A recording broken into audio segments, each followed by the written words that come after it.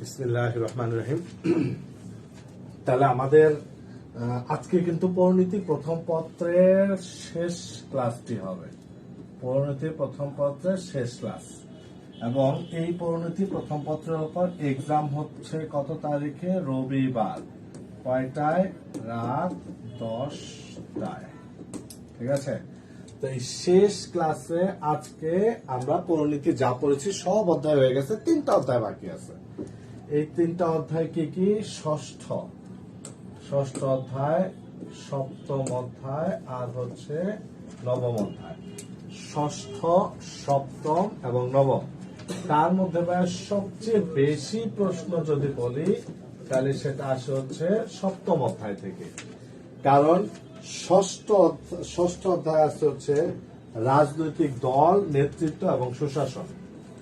দল, নেতৃত্ব এবং সুশাসন। সপ্তম অধ্যায় হচ্ছে সরকারের বিভাগ, এগুলো আছে, এগুলো থেকে প্রচুর প্রশ্ন হয়। নবম অধ্যায় হচ্ছে ব্যুরোক্রেসি। এইটা হচ্ছে একদম ইম্পর্টেন্ট লেস। এটা আমরা জাস্ট কিছু এমসিকিউ পড়বো।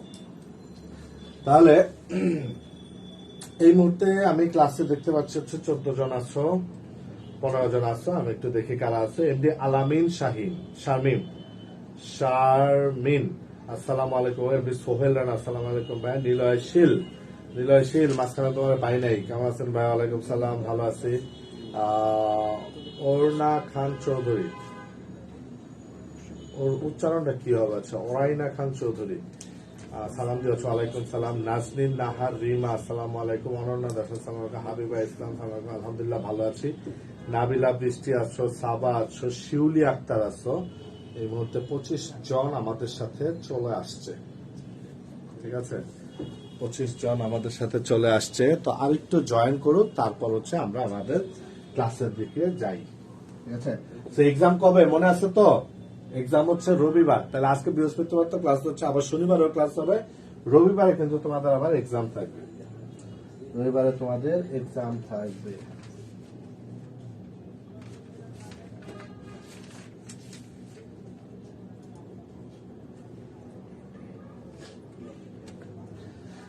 আচ্ছা, তাহলে আমরা ক্লাস শুরু করব। ঠিক আছে। রবিবার তো এক্সাম থাকবে। সিফাত আসো, মাহিয়া ইসলাম, মিমু আসো, তাসফিন আহমেদ আসো, রাকাইয়া তাবাসসুম আসো, বর্ষা আসো, মুবলিমা তাবাসসুম আসো, রকিবুল ইসলাম আসো, এইচ উল্লাস আসো, সাবা আসো। আচ্ছা, তাহলে খেয়াল করো। তাহলে আমরা ক্লাস শুরু করব। আমরা পরিণতি প্রথম পত্র অলরেডি সব অধ্যায় হয়ে গেছে, শুধু 3টা অধ্যায় বাকি আছে। একটা অধ্যায় হচ্ছে ষষ্ঠ অধ্যায়, রাজনৈতিক দল, তারপরে হচ্ছে রাজনৈতিক দল, নেতৃত্ব এবং সুশাসন। এটা হচ্ছে ষষ্ঠ অধ্যায়, রাজনৈতিক দল, নেতৃত্ব, সুশাসন। এইটা ষষ্ঠ অধ্যায় পড়বো। সপ্তম অধ্যায়টা বেশি গুরুত্বপূর্ণ, কারণ সপ্তম অধ্যায় আছে সরকারের অঙ্গ বিভাগ। ঠিক আছে, এইটা থেকে প্রশ্নটা বেশি হয়, এইটা বেশি গুরুত্ব দিয়ে পড়বো। এরপর ভাই নবম অধ্যায় ব্যুরোক্রেসি। ঠিক আছে, ব্যুরোক্রেসি, আমলাতন্ত্র, এটা লেস ইম্পর্টেন্ট, কয়েকটা তথ্য বলে হয়ে যায়। তো ওইগুলা হচ্ছে আমরা এমসিকিউ থেকে পড়ে ফেলবো, এটা নিয়ে ডিটেলসে কথা হবে না। এবং 3টা অধ্যায় শেষে এই 3টা অধ্যায় থেকে আমরা এমসিকিউ সলভ করব। ঠিক আছে, 3টা অধ্যায় শেষে 3টা অধ্যায় থেকে আমরা গুরুত্বপূর্ণ এমসিকিউ সলভ করব, যেন এখান থেকে কি কি প্রশ্ন হতে পারে বা মোস্ট ইম্পর্টেন্ট কি আছে এগুলো যেন হয়ে যায়। আর তুমি যে রবিবারে রাত 10টা এক্সামটা দিবে, রবিবারে এক্সাম দেওয়ার আগে একটু তোমার হাতে যদি মূল বইটা থাকে একটু রিডিং করে, বা আমাদের মৌলিক জিকে বইটাতে যা আছে একটু দেখে পড়ে পরীক্ষাটা দিও। ঠিক আছে। সাইমা সুরাইয়া, আসসালামু আলাইকুম রহমতুল্লাহ। জান্নাতুল মনি আসো, তাসফিন আহমেদ, বাংলাদেশের পার্শ্ববর্তী নোয়াখালী পার্শ্ববর্তী জেলা থেকে ক্লাস করছো। ওকে, থ্যাংক ইউ। বিদেশ থেকে ক্লাস করার জন্য তোমাদেরকে অসংখ্য ধন্যবাদ। তাহলে দেখো, ষষ্ঠ অধ্যায় দেখি আমরা। ষষ্ঠ অধ্যায় আছে হচ্ছে রাজনৈতিক দল। 1 নম্বরে যে বিষয়টা আছে, বিষয়টা কি? সেটা হচ্ছে রাজনৈতিক দল। এই রাজনৈতিক দল সম্পর্কিত যে কথাবার্তা, এগুলো ভাই আমাদের চেয়ে বেশি মনে হয় কারো পারার কথা না। এত বেশি আমরা সাফার করি বা এটার সাথে আমরা জড়িত থাকি। ঠিক আছে। আচ্ছা, তাহলে 1 নম্বরের প্রশ্ন যেটা, এই রাজনৈতিক দলের বৈশিষ্ট্য কি হয় বা বৈশিষ্ট্য কি হবে, রাজনৈতিক দলের বৈশিষ্ট্য কি হবে, ঠিক আছে। বর্তমানে আমাদের যে সরকার ব্যবস্থা, এটা একটা প্রতিনিধিত্বমূলক সরকার ব্যবস্থা, এটাকে বলা হচ্ছে দলীয় সরকার ব্যবস্থা। আগে একটু বুঝো সিস্টেমটা কি। ধরো গণতন্ত্র, আমরা আগে একটু কয়েকটা কনসেপ্ট একটু বুঝে আসি। গণতন্ত্র, গণতন্ত্রটা কি এবং সরকার ব্যবস্থা, রাজনৈতিক দল কি করে বা কিভাবে কি করে, বা আমরা যে বলতেছি হচ্ছে দলীয় সরকার। বর্তমান প্রতিনিধিত্বমূলক সরকারকে বলা হচ্ছে দলীয় সরকার। আমি একটা এক্সাম্পলের মধ্য দিয়ে পুরো বিষয়টা একটু তোমাদেরকে ক্লিয়ার করি। যে গতকালকে আমি একটা কথা বলছিলাম, গণতন্ত্র মানেটা হচ্ছে জনগণ। গণতন্ত্র মানে এক কথায় রাখবা, মাথায় রাখবা, জনগণ, ঠিক আছে। জনগণ, ওই যে বললাম না, গণতন্ত্র সর্বোচ্চ সংজ্ঞা কে দিয়েছে? Abraham Lincoln. Democracy is the government of the people, by the people, for the people, ঠিক আছে। তার মানে জনগণ, তার মানে পিপল, তার মানে এখানে যারা ভোট দিবে তারাও জনগণ, যারা নির্বাচনে দাঁড়াবে তারাও জনগণ, যারা জয়লাভ করবে তারাও জনগণ, যে সেবা করছে সেও জনগণ, যে সেবা নিচ্ছে সেও জনগণ। তার মানে আচ্ছা, এর পাশাপাশি যদি বলে রাজকীয় ব্যবস্থা, রাজতন্ত্র কি করবে? রাজার ঘরে যে হয়েছে সেই পরের রাজা, তাই না? কিন্তু আমরা কি বলছি যে না, এইসব রাজা টাজা না, জনগণ। আজকে আমি চাইলে নির্বাচন করতে পারবো, রাজনৈতিক দল গঠন করতে পারবো, যদি লোকজন আমাকে ভোট দেয় আমি দেশের প্রধানমন্ত্রী হতে পারবো। তাহলে আমি কি একটা সাধারণ জনগণ না? এই জনগণের তো এই সুযোগটা আছে, রাজতান্ত্রিক অবস্থায় কি এটা আছে? রাজার ছেলে না হলে কি আর মানে শাসন ক্ষমতায় যাওয়া যাবে না? তো গণতন্ত্র মানে হচ্ছে জনগণ। এর সাথে একটা বিষয় মাথায় রাখবা, গণতন্ত্র মানে হচ্ছে জনগণ তো বুঝলাম, এই জনগণ থেকে যে সরকার গঠন করতেছে সে কে? বেশিরভাগ মানুষ যাকে চাইছে, অর্থাৎ মতামত, বেশিরভাগের মতামত। ওই যে গতকালকে একটা এক্সাম্পল বলছিলাম যে ডেমোক্রেসি মানে হচ্ছে আমরা ফার্ম গেট থেকে, এই যে এই ফার্ম গেট থেকে শাহবাগ যাব বা ঢাবিতে যাব, ঠিক আছে, 100 জন আছি, তার মধ্যে আমি বললাম 2% বলছে যে গাড়িতে যাবে, ওরা এসি গাড়িতে যাবে, ঠিক আছে। 5% বলতেছে না, আমরা এসি গাড়িটাই না, আমরা হচ্ছে ইয়ে করে যাব, ওই কি বলে ম্যাক্সিতে করে যাব, ঠিক আছে। আবার 1% বলতেছে আমরা হাইটেই যাব, আমাদের প্রচুর শক্তি আছে, ঠিক আছে। আর 92% বলতেছে না, আমাদের টাকা পয়সা কম আছে, সহজ উপায় হচ্ছে বাসে যাওয়া, আমরা বাসে যাব। তাহলে আমরা এদের মতামতকে উপেক্ষা করে আমরা একসেপ্ট করে নিব এই মতামতটা, আমরা বাসে যাব, এই যে ডেমোক্রেসি।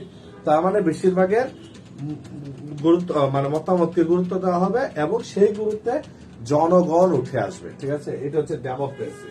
তাহলে এখন কথা হচ্ছে, ধরো তোমার এলাকার এই একটা জিনিস লাগবে, একটা ব্রিজ লাগবে, তোমার এলাকায় একটা ব্রিজ লাগবে, ঠিক আছে।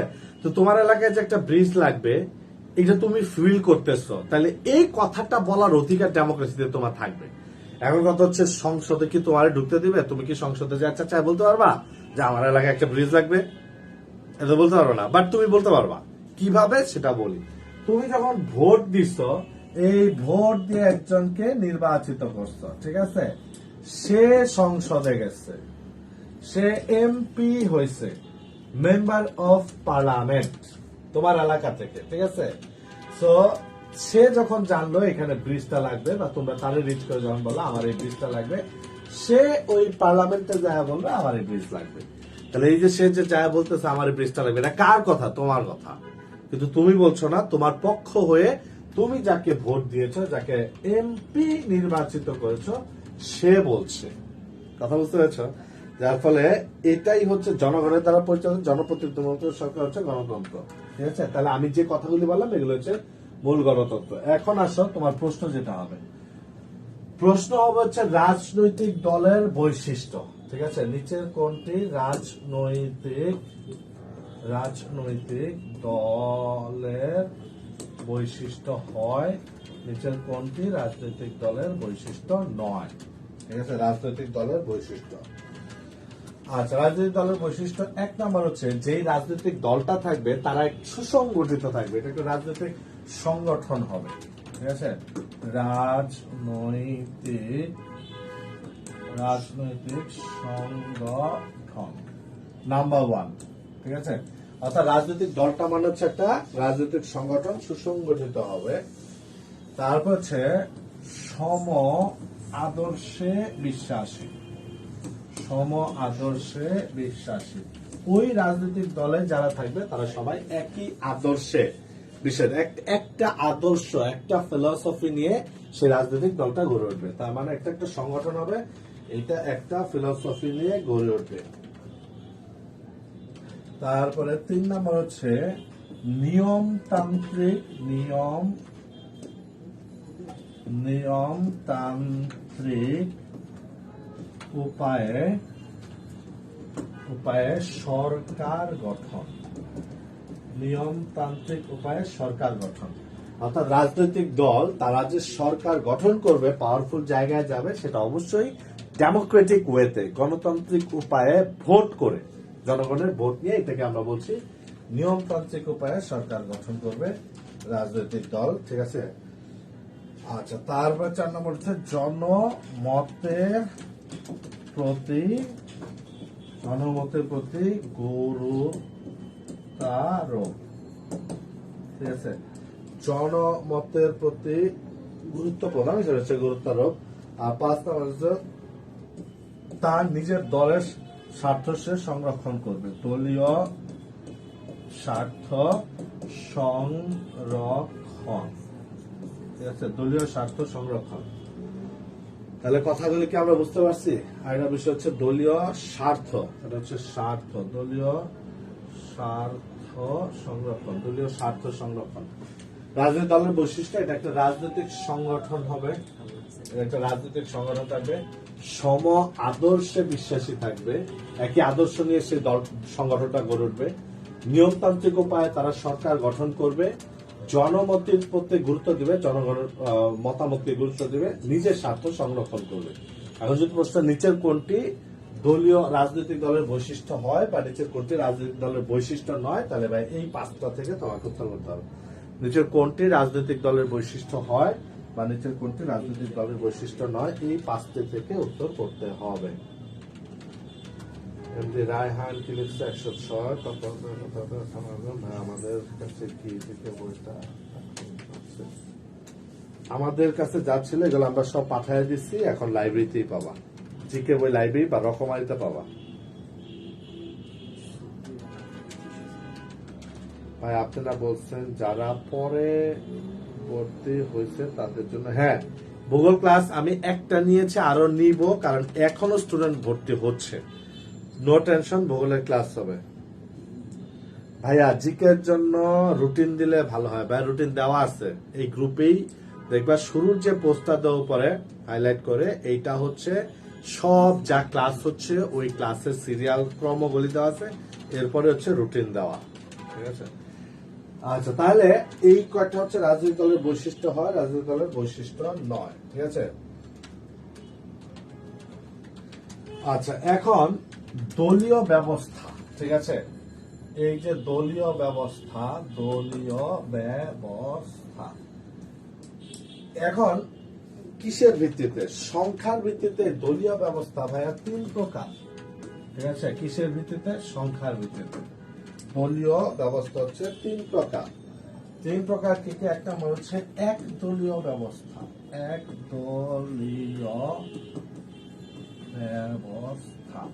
ঠিক আছে, 2 নাম্বারটা হচ্ছে দ্বিদলীয় ব্যবস্থা, দ্বিদলীয় ব্যবস্থা।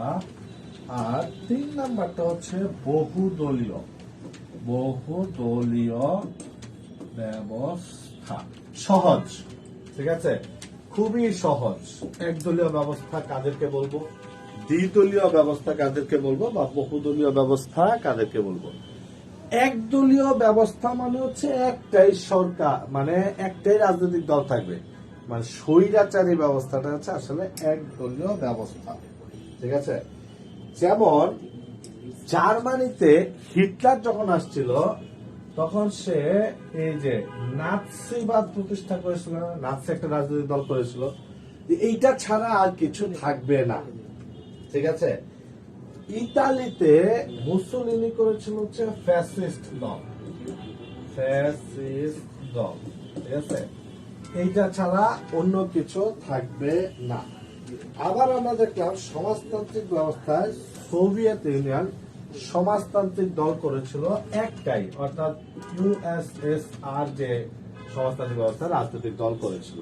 তাহলে এগুলো হচ্ছে সব একদলীয় ব্যবস্থা, একটাই সরকার, একটাই রাজনৈতিক দল অন্যায় ভাবে ওই স্বৈরশাসক বা এক নায়ক একটাই রাখেন, অন্য কাউদেরকে উঠতে দেন না, ঠিক আছে? এটাই হচ্ছে এক দলীয় সরকার ব্যবস্থা। এবার সে দ্বিদলীয় সরকার ব্যবস্থা, যেখানে দুইটা দেশ, দুইটা রাজনৈতিক দল থাকবে। হ্যাঁ, যেমন এটা পারফেক্ট এক্সাম্পল ইউএসএ। ইউএসএ তে যা দেখবা নির্বাচন, একটা হচ্ছে রিপাবলিকান, আর একটা হচ্ছে ডেমোক্রেটিক। রিপাবলিকান আর হচ্ছে ডেমোক্রেটিক, এরা হচ্ছে ইউএসএ তে। তাহলে দ্বিদলীয় সরকার ব্যবস্থা এটা পারফেক্ট এক্সাম্পল হচ্ছে ইউএসএ। রিপাবলিকান পার্টি একটা রক্ষণশীল, একটা হচ্ছে উদারবাদী, একটা হাতি, একটা হচ্ছে গাধা, হচ্ছে দ্বিদলীয় ব্যবস্থা ইউএসএ তে যেটা আছে। আর বহুদলীয় ব্যবস্থা যেখানে দুই দলের বেশি, দুইয়ের অধিক থাকবে, ঠিক আছে? দুই দলের বেশি অর্থাৎ দুইয়ের অধিক রাজনৈতিক দল থাকবে, দুইয়ের অধিক রাজনৈতিক দল থাকবে, তাকে দ্বিদলীয় ব্যবস্থা বলা হয়, সরি বহুদলীয় সরকার ব্যবস্থা বলা হয়। এখন এই বহুদলীয় সরকার ব্যবস্থা যেমন বাংলাদেশ, ভারতের সব বেশিরভাগ দেশে হচ্ছে বহুদলীয় ব্যবস্থা। এই বহুদলীয় ব্যবস্থায় নির্বাচনে একটা ঝামেলা হয়। নির্বাচনে একক যেহেতু দল অনেক, এখন ধরো কোন একটা দেশে হচ্ছে 400 আসন আছে, তারা বলে দিল সরকার গঠন করতে হলে মিনিমাম 220টা আসন এককভাবে কোন দলকে পাইতে হবে। এখন যেহেতু দল অনেক বেশি, বহুদলীয়, ঠিক আছে? দল বেশি, কেউ 10টা পাচ্ছে, কেউ 15টা পাচ্ছে, কেউ আবার 150টা পেয়ে যাচ্ছে, ঠিক আছে? কিন্তু দল বেশি হতে ভাগ বাটোয়ার হয়ে যাচ্ছে, এককভাবে কোন দল 220টা আসন পাইল না। মানে এটাই বেশিরভাগ ক্ষেত্রে হয় বহুদলীয় সরকার ব্যবস্থায়, এটা বেশিরভাগ ক্ষেত্রে হয় এককভাবে 220টা আসন কোন রাজনৈতিক দল পাইল না।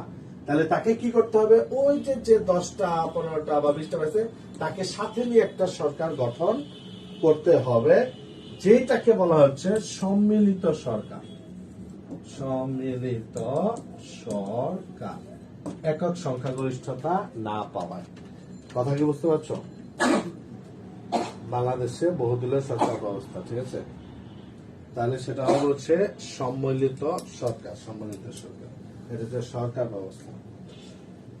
আচ্ছা, এবার তোমাদেরকে, আচ্ছা এতটুকু ক্লিয়ার। তাহলে দলীয় ব্যবস্থা হচ্ছে তিনটা বিষয়, একটা বিষয় মাথায় রাখলে, একদলীয় ব্যবস্থা, দ্বিদলীয় ব্যবস্থা এবং বহুদলীয় ব্যবস্থা। একদলীয় ব্যবস্থা পারফেক্ট এক্সাম্পল জার্মানিতে নাৎসি বাহিনী, ইতালিতে ফ্যাসিস্ট দল, সোভিয়েত ইউনিয়নের দল। দ্বিদলীয় ব্যবস্থা ইউএসএ তে রিপাবলিকান, ডেমোক্রেটিক। বহুদলীয় ব্যবস্থা ভারত, বাংলাদেশ, পাকিস্তান, তারপর হচ্ছে সুইডেন, বেশিরভাগ দেশ হচ্ছে বহুদলীয় ব্যবস্থা, যেখানে একক সরকার না হয় বেশিরভাগ ক্ষেত্রে সম্মিলিত সরকার ব্যবস্থা হয়, ঠিক আছে? এবার তোমরা আমাকে বলো, ঠিক আছে, এই যে জনগণ, ঠিক আছে, জনগণ, আর এই যে হচ্ছে সরকার, জনগণ এবং সরকারের মধ্যে, জনগণ এবং সরকারের মধ্যে সেতু বন্ধন হিসেবে কাজ করে কি? আমার প্রশ্ন উত্তর দাও। জনগণ এবং সরকারের মধ্যে সেতু বন্ধন হিসেবে কাজ করে কি? এ প্রশ্ন সরাসরি হয়ে যেতে পারে। জনগণ এবং সরকারের মধ্যে সেতু বন্ধন হিসেবে কি কাজ করে? জনগণ এবং সরকারের মধ্যে সেতু বন্ধন হিসেবে কি কাজ করে?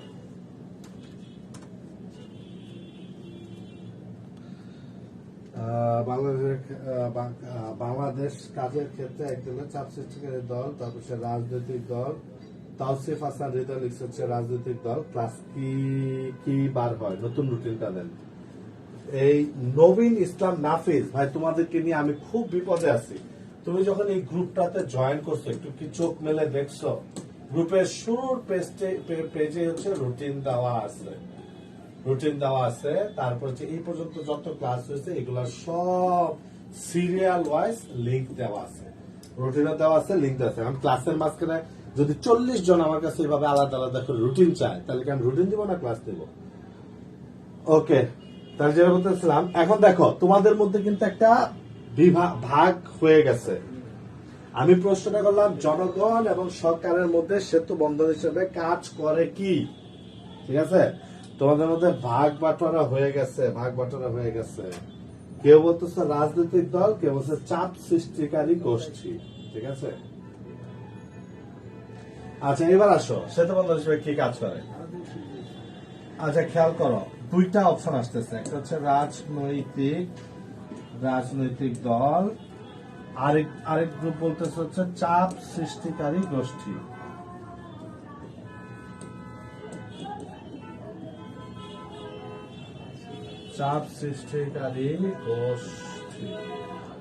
একদল বলতেছে রাজনৈতিক দল, একদল বলতেছে হচ্ছে চাপ সৃষ্টিকারী গোষ্ঠী।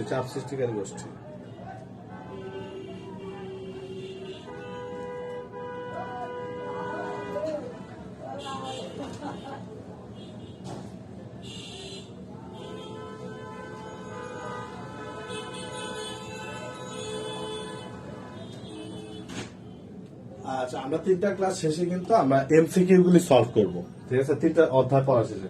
ভাইয়া এইটার 2টাই উত্তর হবে, যারা যারা উত্তর করছো রাজনৈতিক দল এবং কেন 2টা উত্তর হবে তোমাকে আমি বলি।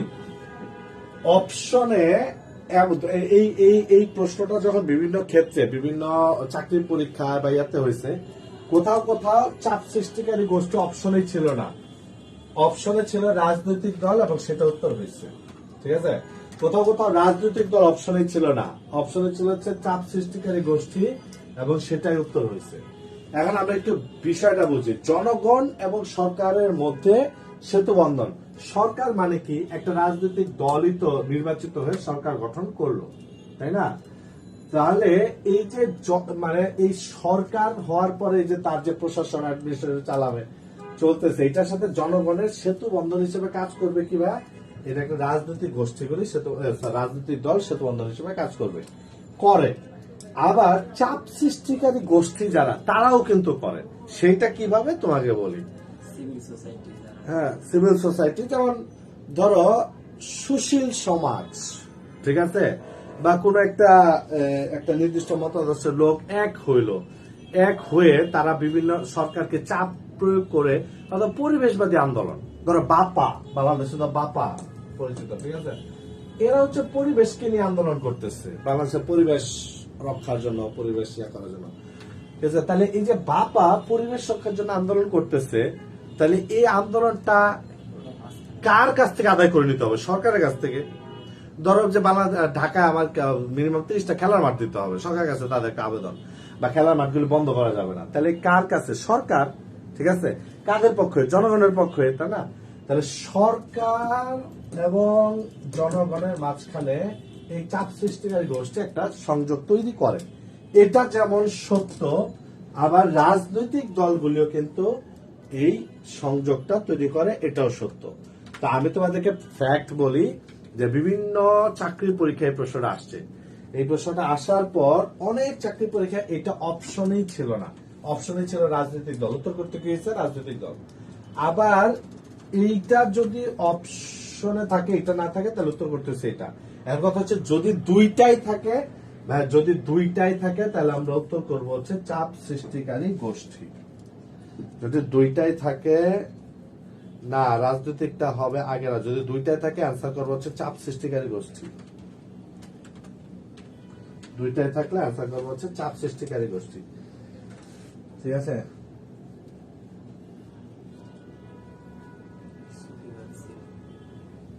আচ্ছা, এবার আরেকটা তথ্য আমরা জেনে রাখি। এই চাপ সৃষ্টিকারী গোষ্ঠীর অপর একটা নাম হচ্ছে, মানে স্বার্থ আদায়ের জন্য তো এদেরকে বলা হচ্ছে স্বার্থ গোষ্ঠী।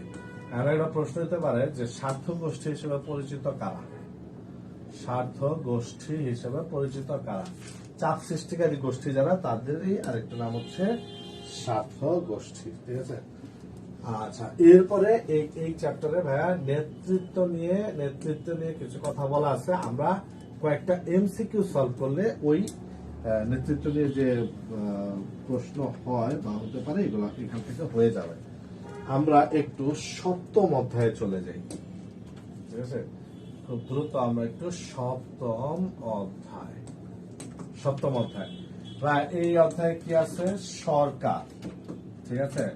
তারপর হচ্ছে সরকারের শ্রেণী বিভাগ, সরকার এবং সরকারের শ্রেণী বিভাগ বা সরকারের অঙ্গ বৈশিষ্ট্য। তো এই চ্যাপ্টার বুঝতে গেলে আগেই তোমাদেরকে একটা কথা বলছি, ওই যে গণতন্ত্র তো আমরা বুঝলামই, জনগণের দ্বারাই সরকার হবে এবং জনগণের কথাই মানা হবে, সেটাই গণতন্ত্র, ঠিক আছে? এখন এইটা বলতে গিয়ে একটু ব্যাখ্যার কথা বলা আছে, যেমন এই যে DEMOS প্রশ্ন হয়ে যেতে পারে তোমাদেরকে, DEMOS এর অর্থ কি বা এটা কোন ধরনের শব্দ? ডেমোসটা হচ্ছে ভাইয়া ডেমোক্রেসি যেভাবে আসছে, শব্দটা হচ্ছে গ্রিক শব্দ।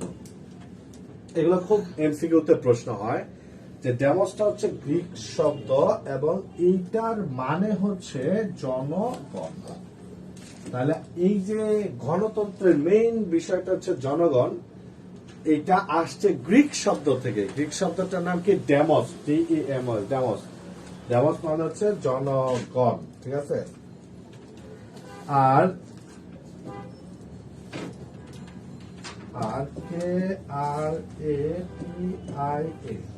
ঠিক আছে?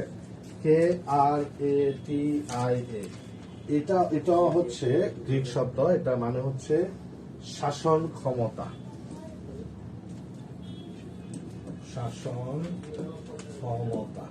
ঠিক আছে?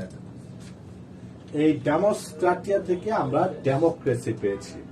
তাহলে হচ্ছে একটা গ্রিক শব্দ, জনগণেরই শাসন ক্ষমতা, ডেমোক্রেটিয়া, এইটা থেকে আসছে হচ্ছে ডেমোক্রেসি। এই ডেমোক্রেসি বা গণতন্ত্র এইটা আবার কয় প্রকার? এটা দুই প্রকার। গণতন্ত্রটা দুই প্রকার, একটা হচ্ছে প্রত্যক্ষ গণতন্ত্র, আরেকটা হচ্ছে পরোক্ষ গণতন্ত্র। তাহলে গণতন্ত্রটা দুই প্রকার, একটা হচ্ছে প্রত্যক্ষ গণতন্ত্র আর একটা হচ্ছে পরোক্ষ গণতন্ত্র।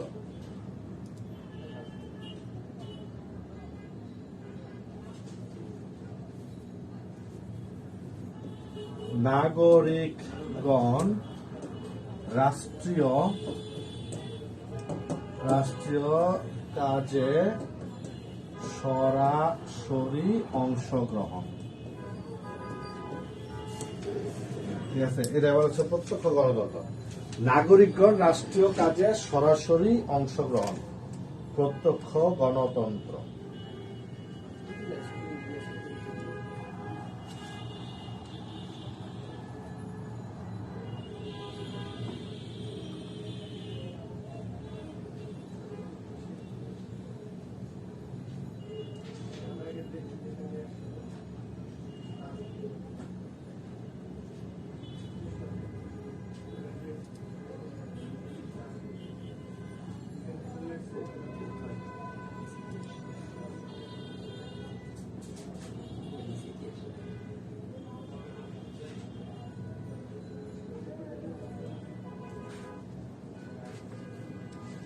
আর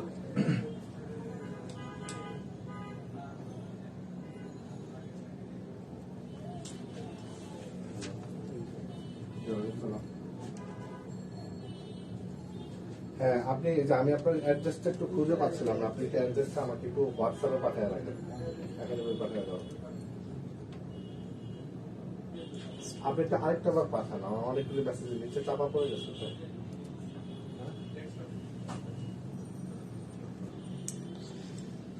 আচ্ছা, জনগণের প্রতিনিধিত্বমূলক যে গণতন্ত্র, এটা পরোক্ষ গণতন্ত্র, যেখানে জনগণের নিকট জবাবদিহিতা থাকবে, এটা হচ্ছে প্রত্যক্ষ গণতন্ত্র। তাহলে তোমার একটা প্রশ্ন হইতে পারে গণতন্ত্র কত প্রকার, একটা হচ্ছে গণতন্ত্র দুই প্রকার, একটা প্রত্যক্ষ গণতন্ত্র আর একটা হচ্ছে পরোক্ষ গণতন্ত্র। ঠিক আছে, এই গণতন্ত্রের সাথে একটা জায়গায় কনফ্লিক্ট হয়। এই প্রশ্নটা কি, যে প্রশ্ন প্রজাতন্ত্র কি। ঠিক আছে, গণতান্ত্রিক প্রজাতান্ত্রিক আমরা বলি না, গণতন্ত্রের সাথে প্রজাতন্ত্রের বিষয়টা কি।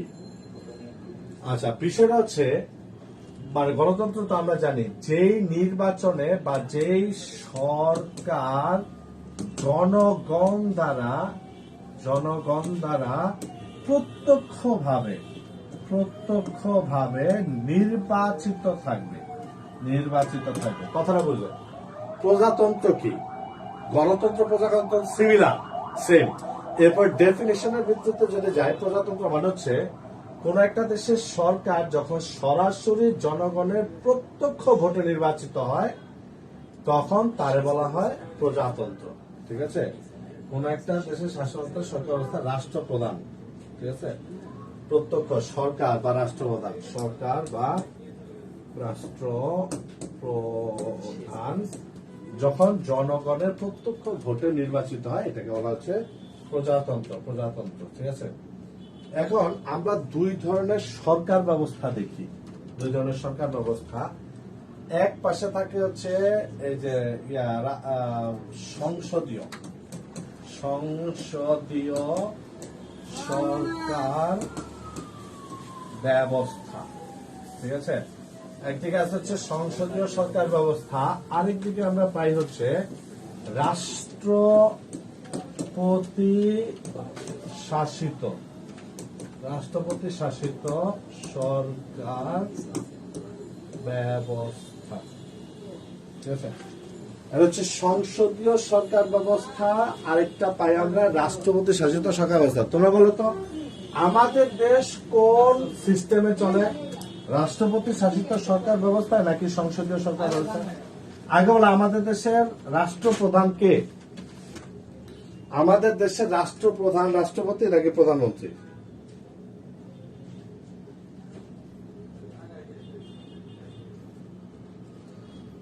আমাদের দেশের রাষ্ট্রপ্রধান রাষ্ট্রপতি নাকি প্রধানমন্ত্রী?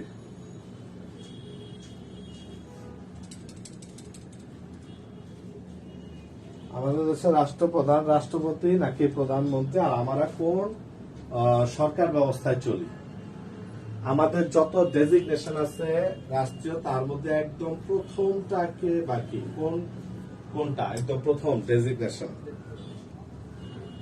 প্রথম যদি বলি, তার মানে আমাদের দেশের একদম প্রধান যিনি, তিনি হচ্ছেন রাষ্ট্রপতি। এক নাম্বার পদ যেটা রাষ্ট্রপতি।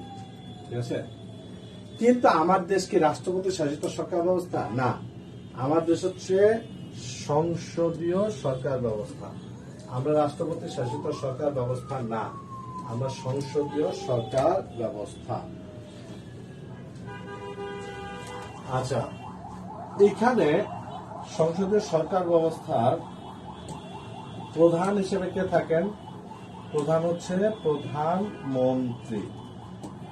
ঠিক আছে, নির্বাহী কার্য মানে রাষ্ট্রপতিকে প্রধান রাখতে হবে।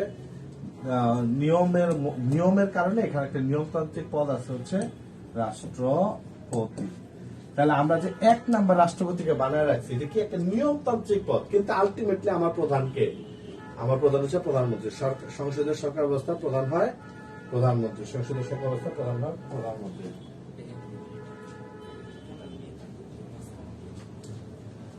আর এইখানে প্রধান বা ক্ষমতা, আলটিমেটলি ক্ষমতাটা থাকে কার হাতে?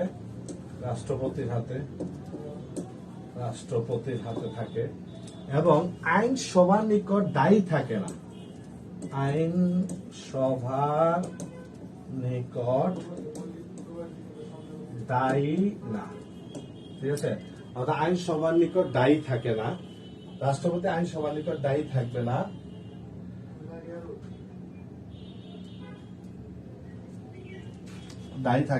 আর এইটার এক্সাম হচ্ছে যুক্তরাষ্ট্রীয় সরকার।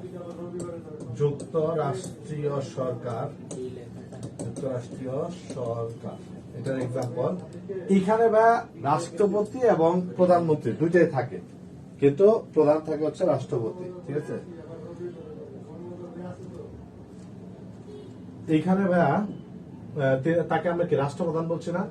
তার মানে যিনি থাকবেন তিনি একই সাথে সরকার প্রধান,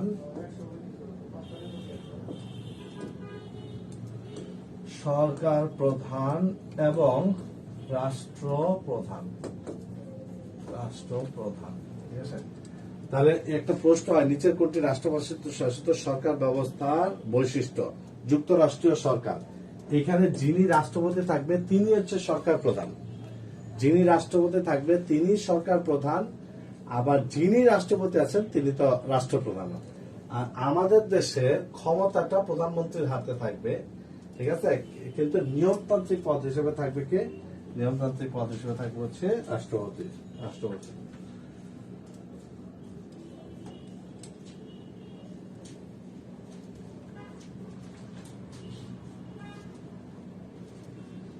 না, নেট চলতেছে, ঠিক আছে। তাহলে আশা করি তোমরা এটা বুঝতে পারছো, সংসদীয় সরকার ব্যবস্থা ও রাষ্ট্রপতি শাসিত সরকার ব্যবস্থা। এখন তোমাদের প্রশ্নগুলি আসলে কি কি হয়? প্রশ্ন হয় হচ্ছে সংসদীয় সরকার ব্যবস্থা প্রধান হিসেবে কে থাকেন, প্রথম চালু হয় কবে? ইংল্যান্ডে। সংসদীয় সরকার ব্যবস্থা নিয়মতান্ত্রিক পদ নিচে কোনটি? রাষ্ট্রপতি। এখান থেকে রাষ্ট্রপতি শাসিত সরকার ব্যবস্থা, সরকার প্রধান রাষ্ট্রপ্রধান কে থাকেন? রাষ্ট্রপতি। দায়ী থাকে না, কোন সরকার প্রধানের আইন সবার নিকট রাষ্ট্রপতি দায়ী থাকে না? রাষ্ট্রপতি শাসিত সরকার ব্যবস্থায় উদাহরণ হিসেবে কোনটা আছে? যুক্তরাষ্ট্রীয় সরকার ব্যবস্থা, ঠিক আছে। এবার আসো, এক কেন্দ্রিক সরকার একটা আছে, এক কেন্দ্রিক সরকার। এইটা কে বা কারা? ঠিক আছে, এক কেন্দ্রিক সরকার যে, না নেট আমাদের ঠিক আছে, নেটের কোনো সমস্যা হয় না।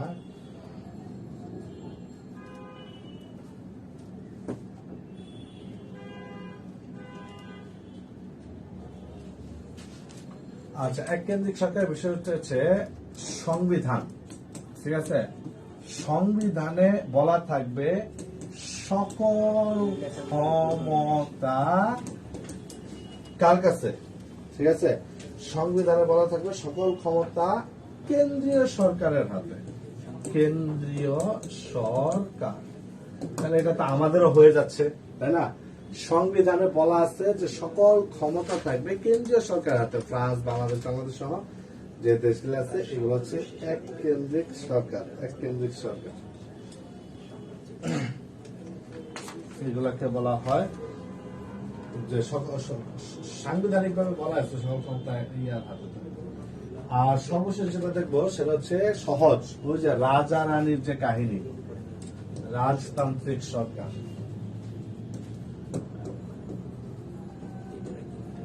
রাজতান্ত্রিক সরকার, এটা তো বুঝতেই পারতেছি আমরা। রাজার ঘরে রাজার সন্তান, ঠিক আছে, রাজার ঘরে রাজার সন্তান, সেই হবে পরবর্তী রাজা। এটা হচ্ছে রাজতান্ত্রিক সরকার, ঠিক আছে। অর্থাৎ গণতন্ত্রে আমরা কি বলছি, জনগণ থেকে রাষ্ট্রপ্রধান হইতে পারে বা ক্ষমতা যেতে পারে, কিন্তু রাজতান্ত্রিক সরকারে সেটা না। আচ্ছা, এখন এই রাজতান্ত্রিক সরকার হচ্ছে ভাইয়া আবার দুই প্রকার, ঠিক আছে। রাজতান্ত্রিক সরকার তো হচ্ছে দুই প্রকার, একটা হচ্ছে দুই প্রকার, একটা হচ্ছে চরম বা অসীম রাজতন্ত্র, চরম বা অসীম রাজতন্ত্র। আরেকটা হচ্ছে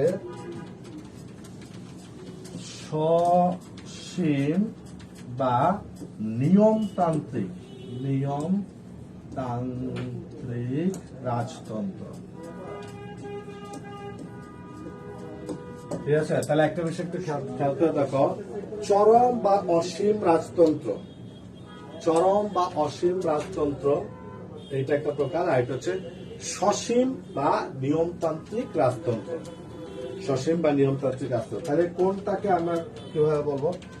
যেখানে স্বেচ্ছাচার, ঠিক আছে, স্বেচ্ছাচারী আছে, স্বেচ্ছাচারী, অথবা রাজার ইচ্ছাই সব, রাজার ইচ্ছাই সব, প্রজা বা মন্ত্রিসভা সারাক্ষণ রাজাকে জি হুজুর করতে থাকবে। স্বেচ্ছাচারী বা রাজার ইচ্ছাই সব, স্বেচ্ছাচারী বা রাজার ইচ্ছাই সব। মন্ত্রীরা হচ্ছে একদম বাধ্য অনুগত রাজার, এটা হচ্ছে চরম বা অসীম রাজতন্ত্র। ঠিক আছে, এইটা এই জামানায় আসলে চলে না। তোমরা আমাদের দেশে মানে এখন পড়ো না, কিছু দেশ আছে রাজতন্ত্র। অস্ট্রেলিয়া, অস্ট্রেলিয়া কি ধরনের দেশ বলতো? রাজতান্ত্রিক দেশ। সেটা কেমন? সেটা হচ্ছে সসীম বা নিয়মতান্ত্রিক। সেটার বিষয়টা কি? বিষয়টা হচ্ছে ক্ষমতা নিমিত্ত থাকবে স্বাধীনতা রাষ্ট্র। বিষয়টা হচ্ছে এখানে এইটা কাদেরকে বলবো? ক্ষমতা সীমিত থাকবে। ঠিক আছে, ক্ষমতা সীমিত থাকবে বা নিয়ন্ত্রিত থাকবে, সীমিত, এবং রাষ্ট্র চলবে সংবিধান অনুযায়ী, সংবিধান অনুযায়ী। আচ্ছা, তার মানে এখানে নামে মাত্র রাজা থাকে। ঠিক আছে, রাজা বা রানী এরা থাকে হচ্ছে নামে মাত্র। ঠিক আছে, আর একটা বিষয় খেয়াল করে দেখা, আমরা বিভিন্ন সময় সিনেমাতে রাজা রানীর কাহিনী দেখি না, ওইগুলা হচ্ছে যে আগের সময় যেগুলা ছিল, এটা হচ্ছে চরম বা অসীম রাজতন্ত্র। রাজাই সব, প্রজা গোষ্ঠী, রাজার ইচ্ছামতো, রাজার ছেলেই পরবর্তী রাজা হবে। আর এখন যে দেশগুলি দেখবা রাজতান্ত্রিক দেশ, ঠিক আছে, এদের বিষয়টা একটা নামে মাত্র একজন রাজা থাকে, কিন্তু দেশটা অত্যন্ত সুসংগঠিত ভাবে একটা সংবিধানের আলোকে চলে। তাহলে দেশ যখন সুসংগঠিত ভাবে সংবিধানের আলোকে চলে, তার মানে কি ওইটাকে আলটিমেটলি কোন রাজতন্ত্র না, এমনি সম্মান দিয়ে। যেমন অস্ট্রেলিয়া, তারা ব্রিটেনের রানীকে তাদের সবকিছুর উপরে রাখছে, যে রানী আমাদের সব, রানী এখানে থাকবে, তাদের সকল ক্ষমতার উৎস বা ঊর্ধ্বে হচ্ছে রানী। কিন্তু দেশটা কি হচ্ছে? দেশে নির্বাচন হচ্ছে, প্রধানমন্ত্রী আসতেছে, তার মানে এটা একটা গণতান্ত্রিক দেশ অস্ট্রেলিয়া, গণতন্ত্র চলছে প্র্যাকটিক্যালি। কিন্তু তারা বলছে কি না, আমার দেশের প্রধান হচ্ছে ব্রিটেনের রানী, অর্থাৎ তারা একটা সম্মান দিয়ে রাখছে, এটা স্রেফ একটা সম্মান। ঠিক আছে, তাহলে মাথায় রাখবা, যদি প্রশ্ন হয় রাজতন্ত্র কত প্রকার, রাজতান্ত্রিক সরকার রাজতন্ত্র কত প্রকার, রাজতন্ত্র হচ্ছে দুই প্রকার, একটা হচ্ছে সসীম বা চরম রাজতন্ত্র, আরেকটা হচ্ছে আমরা পাচ্ছি চরম বা অসীম আর সসীম বা নিয়মতান্ত্রিক। হ্যালো,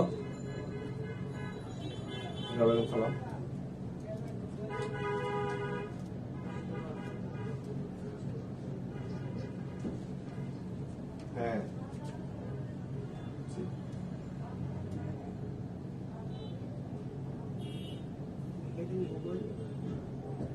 তুমি কি স্টুডেন্ট বলতেছ? তুমি আমাকে 1 ঘন্টা পরে ফোন দাও, ক্লাসে আছে। আচ্ছা, ঠিক আছে, তাহলে এটা হচ্ছে রাজতন্ত্র। ঠিক আছে, রাজতন্ত্র। আর এর বাইরে যে আমরা দেখি সমাজতন্ত্র।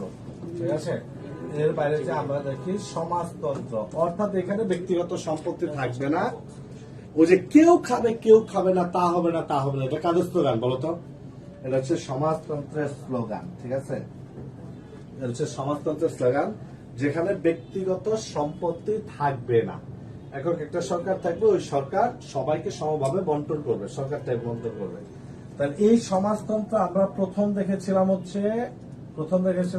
সোভিয়েত ইউনিয়ন, সোভিয়েত ইউনিয়ন, যেটাকে আমরা বলছি হচ্ছে ইউএসএসআর। প্রথম যে পৃথিবীর প্রথম সমাজতান্ত্রিক রাষ্ট্র ইউএসএসআর, এটা একটা যুদ্ধ থেকে হয়েছিল। এটাকে ওই যে 1917 সালের রুশ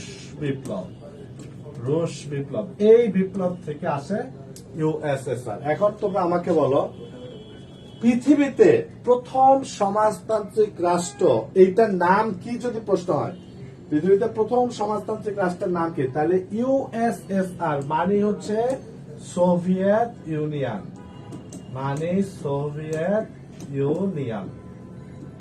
কিন্তু যদি প্রশ্ন হয় প্রথম সমাজতান্ত্রিক রাষ্ট্র সোভিয়েত ইউনিয়ন গঠিত হয় কত সালে, গঠিত হয় কত সালে? আমার একটু প্রশ্নের উত্তর দাও, আমার প্রশ্নের উত্তর দাও।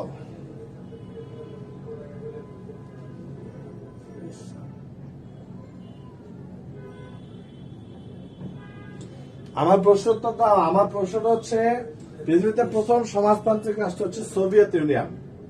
পৃথিবীর প্রথম সমাজতান্ত্রিক রাষ্ট্র সোভিয়েত ইউনিয়ন, সেটা হয় 1900 মানে সোভিয়েত ইউনিয়ন রুশ বিপ্লবের মাধ্যমে। তাহলে পৃথিবীর প্রথম সমাজতান্ত্রিক রাষ্ট্র সোভিয়েত ইউনিয়ন গঠিত হয় কত সালে?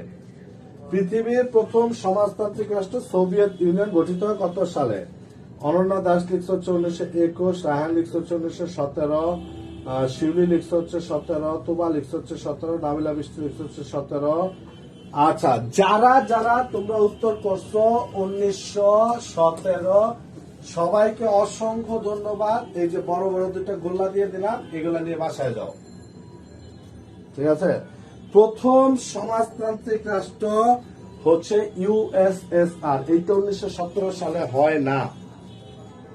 প্রথম সমাজতান্ত্রিক রাষ্ট্র ইউএসএসআর, এটা 17 সালে না। তাহলে বলো প্রথম সমাজতান্ত্রিক ইউএসএসআর কত সালে হয়? 17 সালে না, না 17 না। যারা অ্যান্সার করছো 17 তারা ভুল করছো। মুবলিমা তাবাসসুম একটা উত্তর দিয়েছ। আচ্ছা, আমরা একটু দেখি। ভাইয়া খেয়াল করো, ইউএসএসআর এটাই প্রথম সমাজতান্ত্রিক রাষ্ট্র। প্রথম সমাজতান্ত্রিক রাষ্ট্র। ঠিক আছে। এইবার তোমরা একটু আমাকে বলো, এই ইউএসএসআর মানে হচ্ছে সোভিয়েত ইউনিয়ন। Soviet union. এখন তোমরা বলছো এই রাষ্ট্রটা কত সালে হয়? কত সালে? 1917 সালে না। হ্যাঁ, 17 সালে না। নাইম হাসান লিখছে 1922, এমডি শাহরেপা লিখছে 1923, সাইদা মাহমুদ আকিব লিখছে 1922, 18, 26 লিখছে নাইম হোসেন, শাহরিয়াব লিখছে 1917 না। আচ্ছা, তোমরা একটু যারা জানো একটু উত্তর করো। অনন্যা দাস লিখছে 1921 না। আচ্ছা, ঠিক আছে, বুঝতে পারছি তোমাদের অনেকেই জানা নাই। ওকে, খেয়াল করে দেখো, যুদ্ধটা হয়েছিল 1917 সালে, রুশ বিপ্লব হয়েছিল 1917 সালে। কিন্তু এই বিপ্লবের প্রেক্ষিতে রাষ্ট্র যেটা হয়েছিল সোভিয়েত রাষ্ট্র হয়েছিল 1922 সালে। 2-3 জন 1922 সালে অ্যান্সার করেছে, তোমাদের সবাইকে অসংখ্য ধন্যবাদ। কিন্তু বেশিরভাগই ভুল করছো। হ্যাঁ, এই রাষ্ট্র প্রতিষ্ঠিত হয়েছিল 1922 সালে। রাষ্ট্র প্রতিষ্ঠিত হয়েছিল 1922 সালে। ঠিক আছে, 1922। এমডি রায়হান 1917, 1921, 22, 26 এর ভিতর হবে। হ্যাঁ, ওরে আল্লাহ, 4টা লেখা লিখছে এর ভিতর হবে, তাহলে তো হবেই। ভাই হবে 1922 সালে। এইবার আরেকটা প্রশ্নের উত্তর দাও তোমরা আমাকে দাও। ইউএসএসআর, ঠিক আছে, এর পূর্ণরূপ। ইউএসএসআর এটার পূর্ণরূপ আমাকে একটু বলো। ইউএসএসআর এর পূর্ণরূপ খুব দ্রুত।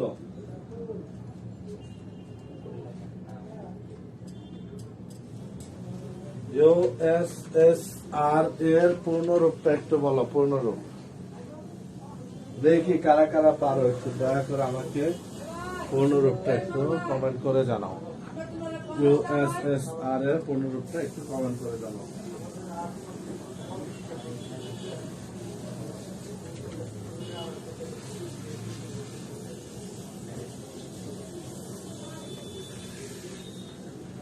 ঠিক আছে, এইটার পূর্ণরূপে 2টা এসে অনেকে ভুল করে থাকো।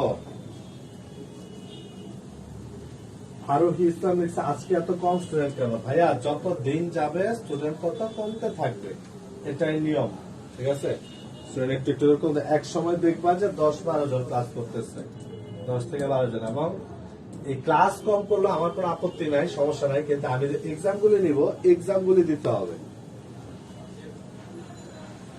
আচ্ছা, একজন উত্তর দিতে পারছো না। শারীরিক যা দিয়েছ একটু ভুল আছে।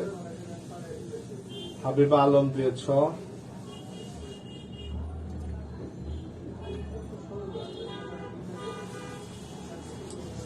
মানে অনেকে নেটের থেকে ঘেটে আনসার দিচ্ছে। শোনো, এই ইউতে অনেকে বলো ইউনাইটেড, ভাই ইউনাইটেড হবে না, এটা হচ্ছে ইউনিয়ন। ইউএনআইওএন, union of. ঠিক আছে। Soviet, SOVIET, Soviet, union of Soviet socialist, SOCIALIST, Soviet socialist republics, REPUBLICS। এখন কি কি ভুল হয় আমি তোমাদেরকে একটু দেখাই, কি কি ভুল হয় আমি তোমাদেরকে। ইউতে ইউনিয়নের জায়গায় অনেকে বলে ইউনাইটেড, না ভাই ইউনাইটেড হবে না, এখানে আগে সোশ্যালিজম টোশ্যালিজম নিয়ে আসছো না, সোভিয়েত সোশ্যালিস্ট। আরতে অনেকে বলে রাশিয়া, না ভাই রাশিয়া হবে না, ঠিক আছে। অনেকে বলে রিপাবলিক, রিপাবলিক না, এখানে 15টা দেশ এক ছিল না, এটা হবে হচ্ছে republics, union of Soviet socialist republics, ঠিক আছে।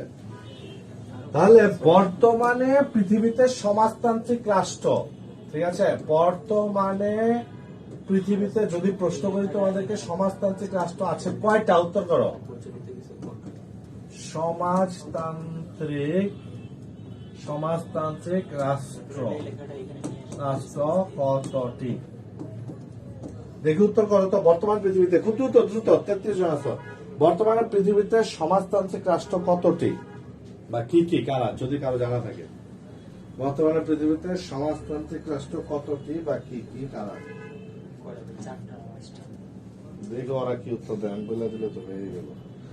হাবিবা তালহা লিখছো 5টি, ওরায়না লিখছো হচ্ছে 2টি, শাহরিফ লিখছো হচ্ছে কিউবা আর চীন। দেখি খুব দ্রুত বলছো কিউবা চীন। মোবলেমা তাবাসুম লিখছো হচ্ছে 2টি, এমনি সৌরভ লিখছো হচ্ছে 4টি। খুব দ্রুত অ্যান্সার করে দেখি, বর্তমানে পৃথিবীতে সমাজতান্ত্রিক রাষ্ট্র কতটি, বর্তমান পৃথিবীতে সমাজতান্ত্রিক রাষ্ট্র কতটি, কতটি। নাবিলা বৃষ্টি লিখছে হচ্ছে 4টি, আমি কিন্তু সঠিক উত্তর পাচ্ছি না। বর্তমান পৃথিবীতে সমাজতান্ত্রিক রাষ্ট্র কতটি, আমি সঠিক উত্তর পাচ্ছি না।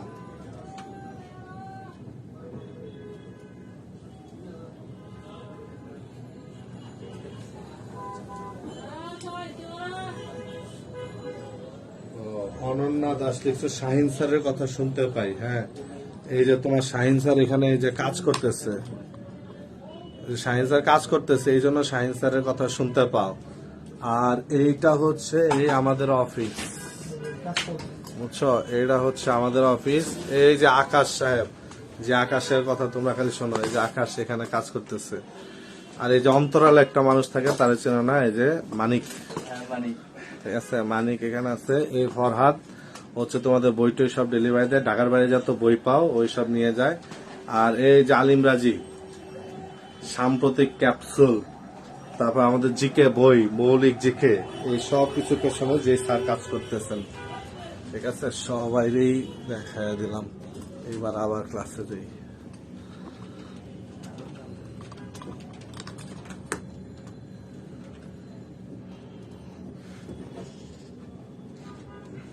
আচ্ছা, তাহলে ওরে আল্লাহ, মালবিকা নাহার লিখছ হচ্ছে 15টি, মালবিকা নাহার 15টি, 3টি লিখছ হচ্ছে রায়হান। না তো আমি খুব হতাশ ছিলাম, তোমরা উত্তরটা দিতে পারলে না। ওরে বাবা, আমি খুব হতাশ হইলাম, তোমরা উত্তর দিতে পারলে না। শোনো, বর্তমান পৃথিবীতে সমাজতান্ত্রিক রাষ্ট্র আছে হচ্ছে 5টা। কয়টা বললাম? 5টা। আমি একদম লিখে দিচ্ছি, একদম মাথায় রাখবা, ঠিক আছে। সমাজতান্ত্রিক রাষ্ট্র হচ্ছে 5টা। দেখো, 1 নম্বর হচ্ছে চীন, ঠিক আছে। 2 নম্বরে হচ্ছে কিউবা, কিউবা। 3 নম্বরে হচ্ছে ভিয়েতনাম, ভিয়েতনাম, হ্যাঁ লাগবে না, চলতেছে ভিয়েতনাম। 4 নম্বর হচ্ছে লাওস, ঠিক আছে। আর 5 নম্বরে হচ্ছে উত্তর কোরিয়া। তাহলে বুঝতে পারছো, এখন যদি প্রশ্ন নিচের কোনটি সমাজতান্ত্রিক রাষ্ট্র হয় বা কয়টি হয় বা কয়টি নয়, আর লাগবে না সে ক্লাসে, কয়টি হয় বা কয়টি নয়, এটা ঠিক বা কয়টি নয়, তাহলে আশা করি আনসার করতে পারবা, ঠিক আছে। আচ্ছা, এখন দেখো একটা পার্ট আছে সরকার, সরকারের বিভাগ, ঠিক আছে। সরকার, আমরা জানি সরকারের কয়টা বিভাগ, সরকারের 3টা বিভাগ, ঠিক আছে। সরকারের 3টা বিভাগ। আমি খুব সংক্ষেপে একদম ভাগ করে কাজটা দেখাচ্ছি। আইন বিভাগ, ঠিক আছে, আইন বিভাগ, শাসন বিভাগ, আইন বিভাগ, শাসন বিভাগ, আর এটা হচ্ছে বিচার বিভাগ। তাহলে সরকার বিভাগ কয়টা? 3টা। আইন বিভাগ, শাসন বিভাগ, আর একটা হচ্ছে বিচার বিভাগ। এখন প্রশ্ন হচ্ছে আইন বিভাগের কাজটা কি? আইন বিভাগের কাজ হচ্ছে আইন প্রণয়ন করা, শাসন বিভাগের কাজ হচ্ছে বিচার করা, মানে আইন অনুযায়ী শাসনটা করে দেওয়া, বিচার বিভাগের কাজ হচ্ছে শাস্তি দেওয়া, সহজ হিসাব। ঠিক আছে? তাহলে আইন বিভাগের 1 নাম্বার কাজ কি হচ্ছে ভাইয়া? আইন প্রণয়ন। তার মানে আইন সভাটাই হচ্ছে আইন বিভাগ। ঠিক আছে? আর শাসন বিভাগের কাজ হচ্ছে আইনের প্রয়োগ। ঠিক আছে? অ্যাপ্লাই করবে। আর বিচার বিভাগের কাজ হচ্ছে বিচার করা। ঠিক আছে? তাহলে আইনটা যে প্রণয়ন করবে, ঠিক আছে, আইন প্রণয়ন করা মানে কি? সংবিধান প্রণয়ন। ঠিক আছে?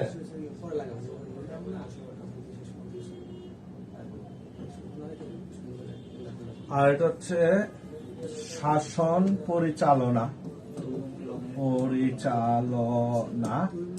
আর এরা আবার সংবিধানের ব্যাখ্যা করবে। সংবিধানের ব্যাখ্যা। ঠিক আছে? ব্যাখ্যা। তাহলে সহজ একটা বিষয় বুঝো, আমি মূল বিষয়গুলি দেখে নিলাম। সরকার একটা পার্ট থাকবে যারা আইন করবে, আমি কিভাবে চলবো না এটা বলে দিবে। এটা কে বলছে? আইন বিভাগ। শাসন বিভাগের কাজ কি হচ্ছে? ওই অনুযায়ী আমি চলতেছি কিনা সেটা দেখা, শাসন করা। ঠিক আছে? যদি না করি তাহলে শাস্তি দিবে। তাহলে ওই যে আমি চলতেছি কিনা বিচারটা করার পরেই হচ্ছে এরা অ্যাপ্লিকেশন আসবে, যে আমি চলতেছি না, তাহলে আমাকে শাসন করবে। তাহলে এই যে আইনটা আসছে, আইনটা ব্যাখ্যা করবে কে? বিচার করতে গেলে তো তারই ব্যাখ্যা করতে হবে, তাই না? বিচার যে করবে সেই তো ব্যাখ্যা করবে। তাহলে এটা বিচারটা করবে কি? বিচার বিভাগ। বিচার করতে যায় যে আইনে বলা ছিল এরকম এরকম, তুমি এরকমটা করো নাই, তুমি করছো এরকম। ঠিক আছে?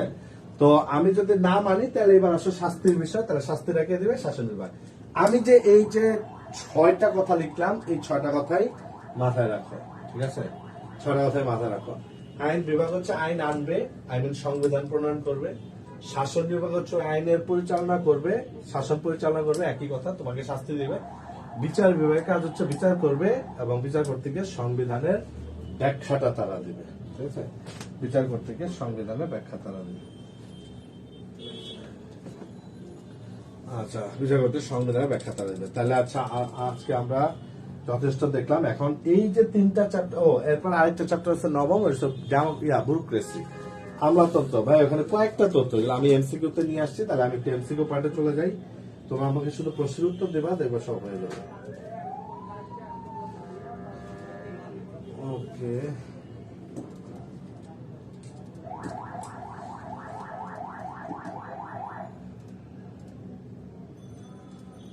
আচ্ছা, আজকে যে অধ্যায়গুলি পড়ছি আমরা, আজকে যে অধ্যায়গুলি পড়লাম, এই অধ্যায়গুলি থেকে আমি প্রশ্ন করবো, তোমরা খুব দ্রুত উত্তর দিবা। ঠিক আছে?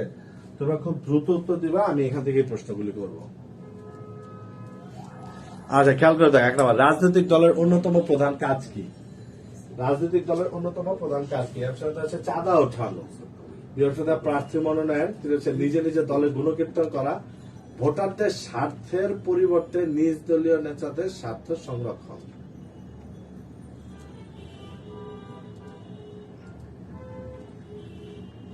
একের উত্তরটা তাহলে কি হবে? এই যে সৌরভ লিখছে 1 নম্বরে চাঁদা উঠানো। ভাইয়া, এটা প্র্যাকটিক্যালি মনে হয় এটাই রাইট। মানে দিন রাত তারা চাঁদা তুলতেছে, এটা এই চাঁদা ওঠানো প্র্যাকটিক্যালি মনে হয় এটাই রাইট, এটাই তারা করে, কিন্তু এটা না। ঠিক আছে? তোমরা আমাকে উত্তর দাও। এই যে এমডি মফিজুল ইসলাম বি, তারপরে আলামী সাহেব হচ্ছে ডি, নেতা ভোটারদের পরিবর্তে নিজ দলীয় নেতাদের স্বার্থ সংরক্ষণ। মানে তোমরা যারা এই উত্তরগুলি দিচ্ছে, তুমি তোমার দেশের অবস্থা চিন্তা করে দিতেছ। ঠিক আছে? যে এরা কাজ কি করবে? স্বার্থ সংরক্ষণ, তাই না? যে ডি মনে হয় বিপ্লবী করে উত্তর দিতেছ। আচ্ছা, ছাত্রলীগের কাজ। আচ্ছা, চাঁদা ওঠানোটাকে আবার একজন স্পেসিফিক করে দিচ্ছে, এটা তো রাজনৈতিক দলের কাজ না, এটা তো হচ্ছে ছাত্রলীগের কাজ। ঠিক আছে? ছাত্রলীগের কাজ, এটা আবার একজন স্পেসিফিক করে দিচ্ছে। আচ্ছা শোনো, সঠিক উত্তরটা হবে হচ্ছে বি, ঠিক আছে, সঠিক উত্তরটা হচ্ছে বি। রাজনৈতিক দলের অন্যতম প্রধান কাজ হচ্ছে প্রার্থী মনোনয়ন। আচ্ছা, পরেরটাতে চলে যাও। রাজনৈতিক জোট গড়ে ওঠার প্রবণতা দেখা যায় কি ধরনের শাসন ব্যবস্থা? রাজনৈতিক জোট গড়ে উঠবে একদলীয় শাসন ব্যবস্থা, দ্বিদলীয় ব্যবস্থা, বহুদলীয় আর যুক্তরাষ্ট্রীয়। বলো বলো কোন ব্যবস্থায়? আচ্ছা ঠিক আছে, এই যে সবার আগে উত্তর করছো হচ্ছে ওরাইনা খান চৌধুরী, সি আনসার করছো শ্যামলী বিথি, সি আনসার করছো বহুদলীয়। ওকে, থ্যাংক ইউ। তার মানে এটা হচ্ছে বহুদলীয়। সবাইকে অসংখ্য ধন্যবাদ। বহুদলীয়, বহুদলীয়। পরেরটাতে চলে যাই। নেতৃত্ব কি? একটা অর্থনৈতিক গুণ, একটা সামাজিক গুণ, একটা রাজনৈতিক গুণ, আর এটা হচ্ছে কোনোটাই না। ঠিক আছে, নেতৃত্ব তো গুণাবলী আমরা জানি, ঠিক আছে, কিন্তু এটা এইগুলি যদি অপশন থাকে তাহলে উত্তর কি হবে বলো? অর্থনৈতিক গুণ, সামাজিক গুণ, রাজনৈতিক গুণ, আর একটা হচ্ছে কোনোটাই নয়। খুব দ্রুত দ্রুত। বর্ষা আজকে চলে গেছিল। তিনের উত্তরে সি করছো চলে না? না ভাইয়া, রাজনৈতিক গুণ না ভাইয়া। আরোহী ইসলাম ও সি আনসার করছো না, বিথিও সি আনসার করছো না, কিন্তু রিমা সঠিক উত্তর করেছো, নাবিলা বৃষ্টি সঠিক উত্তর করেছো, অনন্যা দাস সঠিক উত্তর করেছো। ভাই এটা সামাজিক গুণ, ঠিক আছে, তোমাদেরকে অসংখ্য ধন্যবাদ যারা সামাজিক গুণ অ্যান্সার করছো। আচ্ছা, এরপরে যাও। গণতান্ত্রিক শাসন ব্যবস্থায় কোনটির ভূমিকা গুরুত্বপূর্ণ? চাপ সৃষ্টিকারী গোষ্ঠী, রাজনৈতিক দল, উপদল, আর হচ্ছে কুচক্রী দল। এটা কিন্তু এই উত্তর দেখলেই বুঝতে পারবা খুব দ্রুত। তিনের উত্তর আমরা নিয়ে নিয়েছি। তিনের সোহেল রানা লিখছো সি, মালবিকা নাহার লিখছো হচ্ছে বি, এমডি রায়হান লিখছো হচ্ছে বি, বি যার আনসার করছে, ঠিক আছে। চার উত্তর করো, চার। গণতান্ত্রিক শাসন ব্যবস্থায় কোনটির ভূমিকা বেশি গুরুত্বপূর্ণ?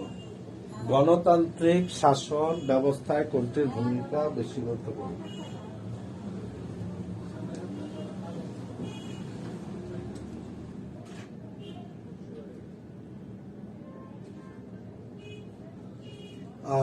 বি, রাজনৈতিক দল। যারা সঠিক উত্তর করেছ বি, রাজনৈতিক দল, তোমাদেরকে অসংখ্য ধন্যবাদ।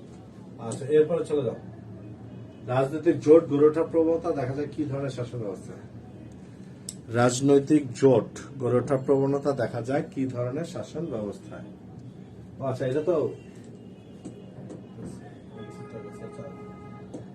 5 নম্বরটা দেখো। রাজনৈতিক দল ও গণতন্ত্রের মধ্যে সম্পর্ক কিরকম? রাজনৈতিক দল, গণতন্ত্র বৈরী সম্পর্ক, কোন সম্পর্ক নেই, পরস্পর বিরোধী সম্পর্ক, ঘনিষ্ঠ সম্পর্ক। ঠিক আছে, তাহলে কি উত্তর হবে? 5।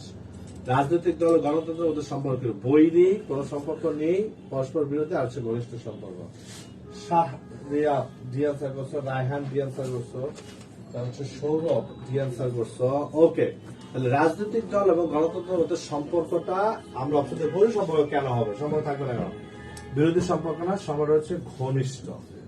ঠিক আছে, তো এইটা সম্পর্কটা হচ্ছে ঘনিষ্ঠ সম্পর্ক। পরেরটাতে চলে যাই। রাজনৈতিক দল বলতে কোন কে বোঝায়? একদল লোক, আবাহনী সমর্থকগণ, সংঘবদ্ধ একদল লোক, স্বার্থান্বেষী একদল লোক। এবার কি হবে? রাজনৈতিক দল বলতে কি বোঝায়? 6, একদল লোক, আবাহনী সমর্থকগণ, সংঘবদ্ধ একদল লোক, স্বার্থান্বেষী একদল লোক। আচ্ছা 6, ওকে ফাইন। একদল লোক কথা ঠিক আছে, কিন্তু এরা সংঘবদ্ধ একদল লোক হবে। ঠিক আছে, সঠিক উত্তর করেছ কারা কারা? এইটার উত্তর করতে থাকো। আমি দেখি আগেরটা সঠিক উত্তর কারা করেছ। Riazul, Mobalika, Raihan C, Barsha C, Shiuli Akter C, Amar Chowdhury C, Shyamali Bithi C, Arohi Islam C, Rima C, Sourav D, Nabila Brishti C. আচ্ছা, কারা নেতার প্রতি অন্ধভক্তি আনুগত্য প্রদর্শন করেন? নেতার প্রতি অন্ধভক্তি আনুগত্য সরকারি কর্মচারী, সেনা সদস্য, রাজনৈতিক দলের সমর্থক কর্মীগণ, দেশের সকল জনগণ।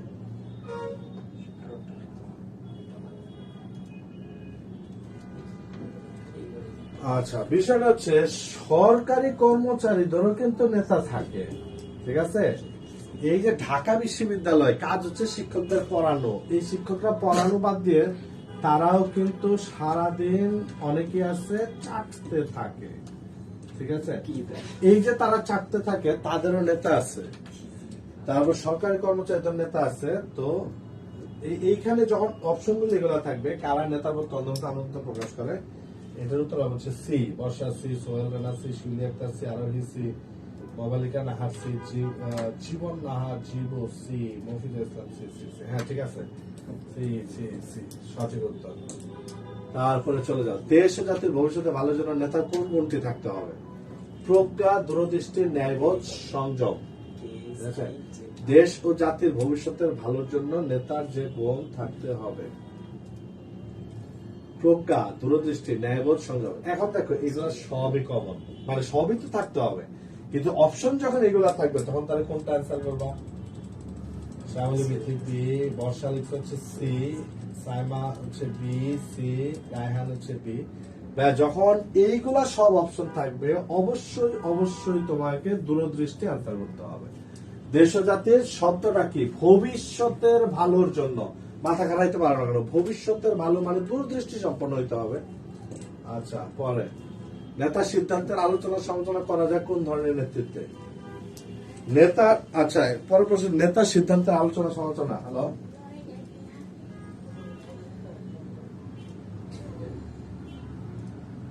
তাহলে কি বাসে চলে যাবা?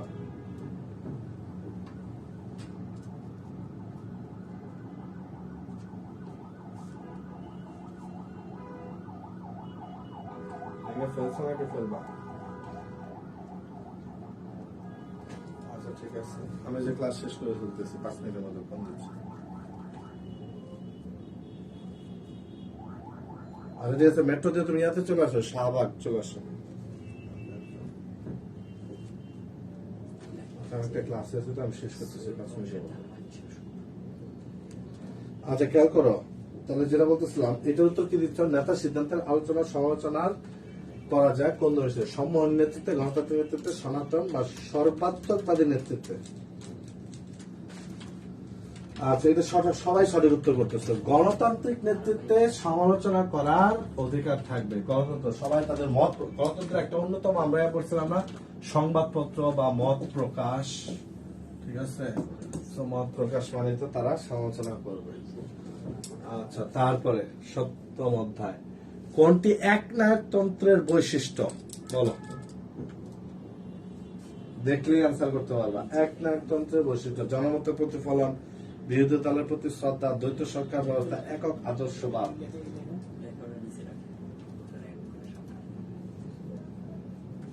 আচ্ছা এই যে সবার আগে রিমা অ্যান্সার করছো, তা হচ্ছে মালবিকা, এরপর অ্যান্সার করছো শ্যামলী বিচি অ্যান্সার করছো। ওকে ফাইন, যারা অ্যান্সার করছো একক আদর্শবাদ। পরেরটা চলে যাও, এক জাতি এক দেশ এক নেতা, এটি কোন সরকারের আদর্শ? এক জাতি এক দেশ এক নেতা, গণতন্ত্র, রাজতন্ত্র, সমাজতন্ত্র, একনায়কতন্ত্র। 10-এর দিয়ে যারা সঠিক উত্তর করেছো সবাই সঠিক উত্তর করেছো।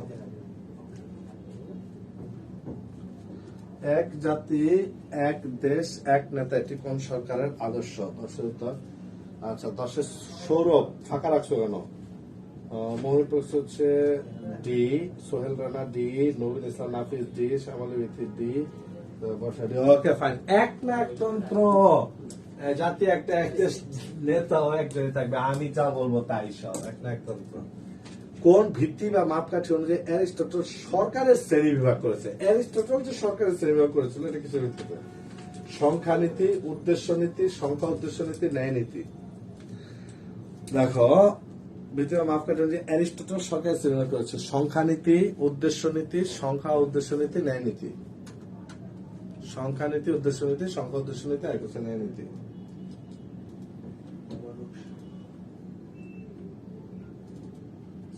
আচ্ছা সবাই এই পর্যন্ত 12 তো যারা নিলয়শীল, শামিমা সুরাইয়া, রায়হান, হাবিবা, তোমার সবাই সঠিক উত্তর। সংখ্যা ও উদ্দেশ্য নীতির ভিত্তিতে, সংখ্যা উদ্দেশ্য নীতির ভিত্তিতে অ্যারিস্টটল সরকারের শ্রেণী বিভাগ করেছেন। পরেরটা দেখে, অ্যারিস্টটলের মতো সর্বোত্তম সরকার কোনটি? রাজতন্ত্র, অভিজাততন্ত্র, পলিটি, গণতন্ত্র। 13 তার উত্তর করো তো।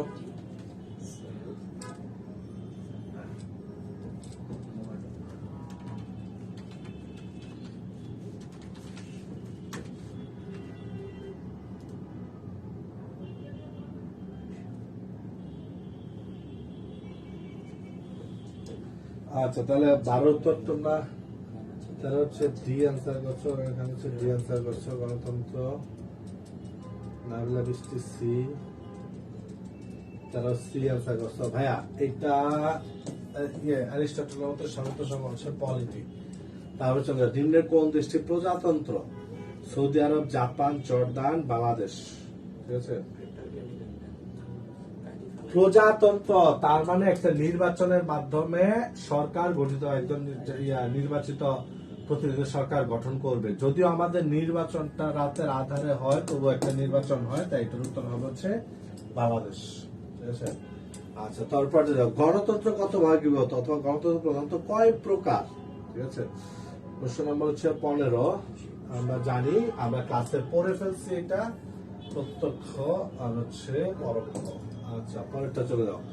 গণতন্ত্রের সর্বভৌম ক্ষমতা কার হাতে থাকে? 16। সর্বভৌম ক্ষমতা কার হাতে থাকে? রাষ্ট্রীয় জনগণের হাতে, রাষ্ট্রের রাষ্ট্রপ্রধান হাতে, রাষ্ট্রের প্রধানমন্ত্রীর হাতে, রাষ্ট্রের এক ব্যক্তি ও সংখ্যাগরিষ্ঠ দলের হাতে। অর্থাৎ গণতন্ত্রের সার্বভৌম ক্ষমতা কার হাতে থাকে?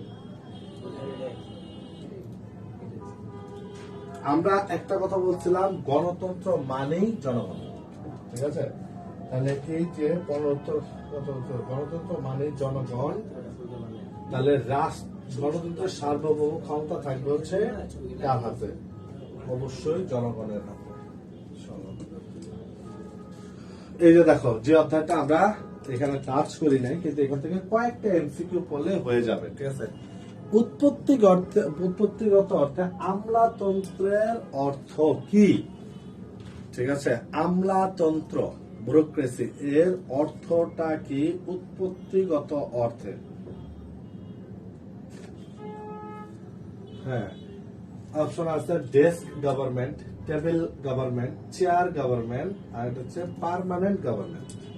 এটা একটু মাথা খাটাও, মাথা খাটালে তুমি উত্তর করতে পারবা। এটা উত্তরটা জানতে চাচ্ছি। 17 উত্তর এ আনসার করছো সোহেল রানা, বি করছো আরোহী, শিউলি করছো এ, নাবিলা বৃষ্টি করছো এ, বাসা করছো এ, অর্ণা করছো এ। হ্যাঁ ভাই, এটা কেন আমলাতন্ত্র মানে কি? যে সরকার জটিল করে রাখতেছে, এর কাছ থেকে কাগজ ওর কাছে যায়, ওর কাছে যায়, ওর কাছে যায়, ফাইল আর ছাড়া পায় না, ওই ফাইলটা ওই যে আছে তার ডেস্কের সামনেই পড়ে থাকে, তাই এইটাকে বলা হয় ডেস্ক গভর্নমেন্ট। ঠিক আছে, আমলাতন্ত্র বলা হচ্ছে ডেস্ক গভর্নমেন্ট। এবার আসে আমলাতন্ত্রের জনককে। এটা নিয়ে মনে হয় সময় নষ্ট করার কোনো দরকার নাই, এটা সবাই জানো, ম্যাক্স ওয়েবার। এরপরে চলে যাও, আমলাদের আসলে কাজ কি? দেখো, এই অপশন নীতি নির্ধারণ, ভিতরে হচ্ছে নীতি বাস্তবায়ন, সিতে হচ্ছে আইন প্রণয়ন, ভিতরে রাষ্ট্র পরিচালনা।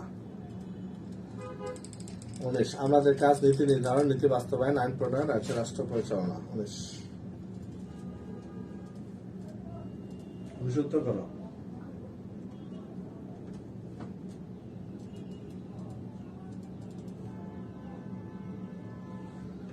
সবার আগে 19 উত্তর দিচ্ছে হচ্ছে রিমা। রিমা হচ্ছে বি, এমনি সরু বি, রায়হান বি, ঠিক আছে, শ্যামলী বিথি বি। ওকে, আমলাদের প্রধান কাজ হচ্ছে নীতি বাস্তবায়ন।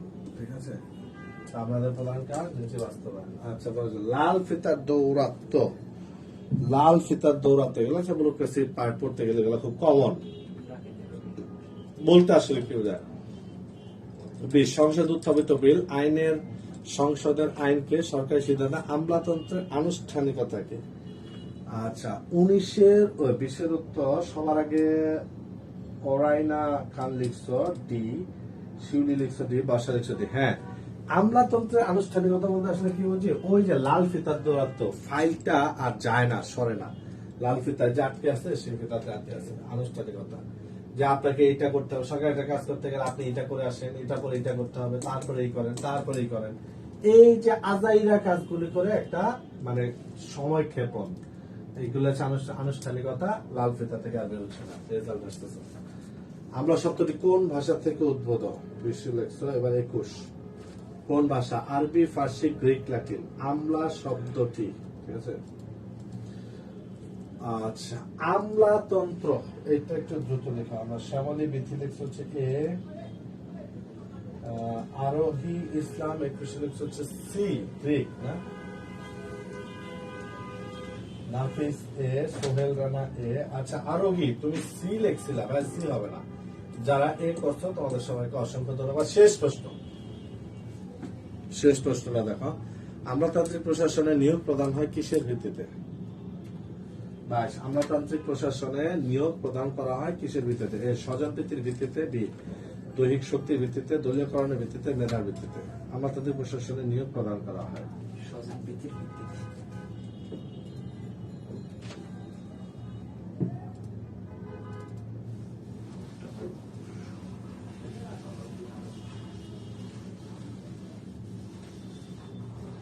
নিয়মটা হওয়ার কথা তোমরা যারা উত্তর করতেছো ডি, তোমরাই ঠিক আছো।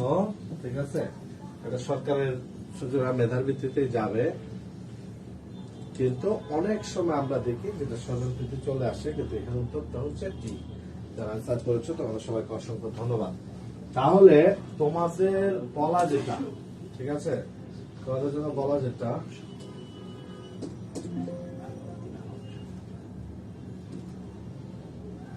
তোমাদের জন্য বলা যেটা, আমরা আগামী রবিবার, ঠিক আছে, আগামী রবিবার রাত 10টায় এই প্রথম পত্রে যা যা পড়লাম তার উপর একটা এক্সাম হবে।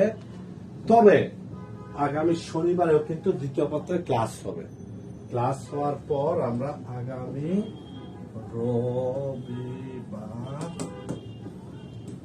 রাত 10টা, ঠিক আছে, এক্সামের জন্য প্রস্তুত থাকো। ওকে।